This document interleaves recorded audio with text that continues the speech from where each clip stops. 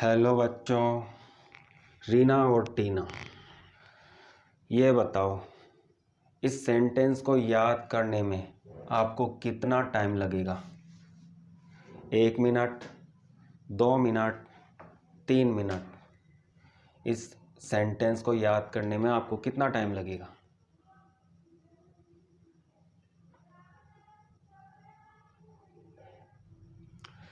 रीना और टीना ने फिनोल को क्लोरोफॉर्म सुंघाकर उसकी बस को चुरा लिया। फिनोल बस चलाता है। रीना और टीना ये बदमाश हैं, तो इन्होंने क्या किया? फिनोल को सुंघाया क्लोरोफॉर्म और इसे बेहोश कर दिया और इसकी बस को चुरा लिया। इस सेंटेंस को याद रखकर आप 2 महत्वपूर्ण रासायनिक समीकरण को लिख सकते हो। रीना और टीना से आपको राइमर टीमान अभिक्रिया, इस अभिक्रिया का नाम याद आएगा। रीना और टीना, राइमर टीमान। और फिनोल का सूत्र तो आपको याद होगा। क्लोरोफॉर्म का सूत्र भी आप जानते हो, CHCl3।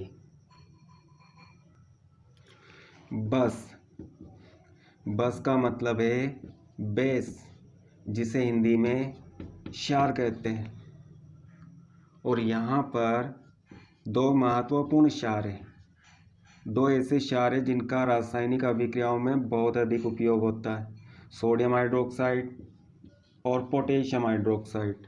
इन दोनों में से किसी भी क्षार का आप उपयोग कर सकते हो।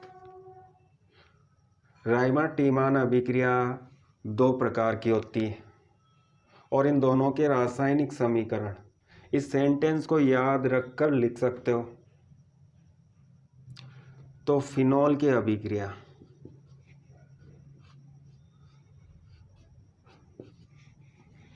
क्लोरोफॉर्म के साथ की जाती है और यह अभिक्रिया क्षार की उपस्थिति में होती है, क्षार का जलीय विलयन। जलीय याद रखने की आवश्यकता नहीं है, यहाँ पर क्षार का जलीय विलयन काम में लिया जाता है। तो ये लिखने के बाद आपको क्या करना है? बस आपको इतना याद रखना है, इस ट्रिक को याद रखना है। इसे एक बार और लिखता हूँ।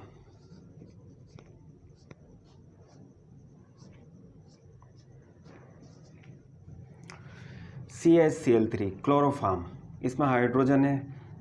अगर मैं इस हाइड्रोजन को हटाकर यहाँ पर क्लोरीन का परमाणु जोड़ देता हूँ तो क्या बनता है?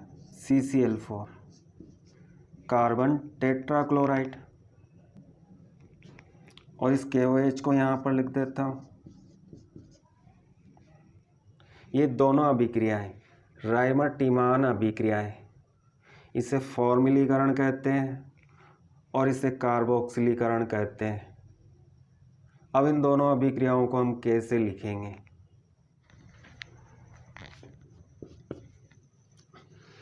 इसमें क्लोरीन के 3 परमाणु हैं, तो यहाँ पर 3 लिखते हैं। इसमें क्लोरीन के 4 परमाणु हैं, तो यहाँ पर 4 लिखते हैं। KOH, इसकी संख्या 3 है।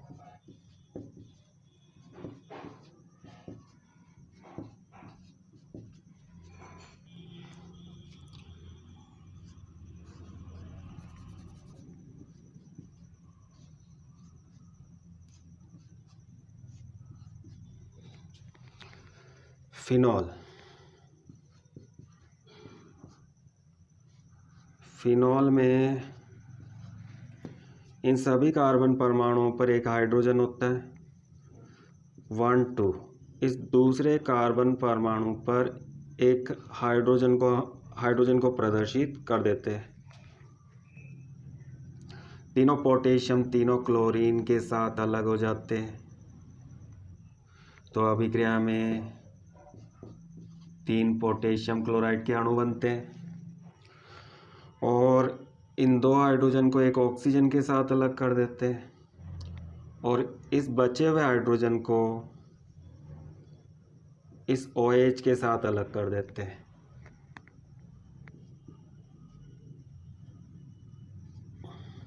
H और OH मिलकर क्या बनाते हैं? जल का अणु।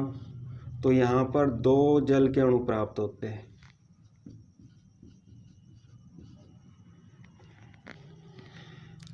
शेष कार्बन, हाइड्रोजन और ऑक्सीजन बचता है। कार्बन, हाइड्रोजन और ऑक्सीजन ये तीनों मिलकर यहाँ पर CHO बनाते हैं।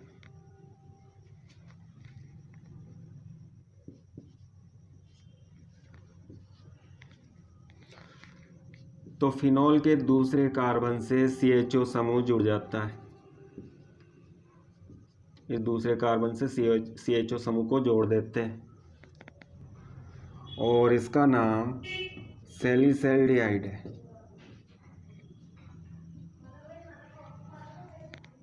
CHO समूह को फॉर्मिल समूह भी कहते हैं और जब बेंजीन वाला इससे फॉर्मिल समूह जुड़ता है तो इस अभिक्रिया को फॉर्मिलीकरण अभिक्रिया भी कहते हैं।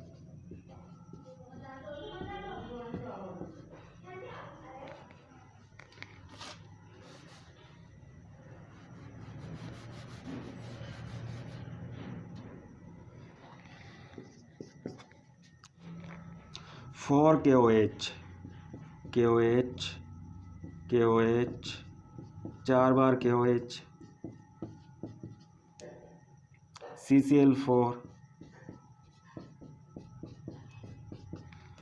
4 पोटेशियम, 4 Cl। तो इस अभिक्रिया में 4 KCl अलग हो जाता है।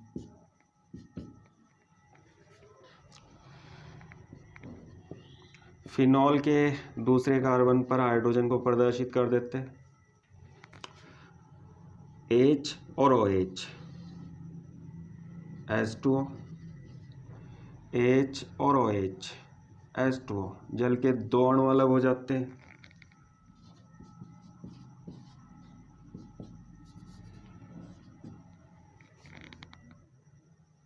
शेष बचा हुआ कार्बन, 2 ऑक्सीजन और 1 हाइड्रोजन, COOH बनाते हैं।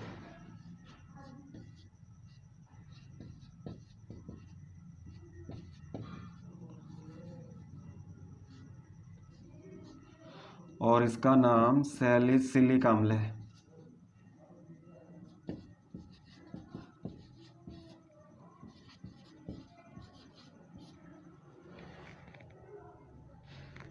इस समूह को कार्बोक्सिल समूह कहते हैं और बेंजीन वाले से कार्बोक्सिल समूह का जुड़ना कार्बोक्सिलीकरण कहलाता है।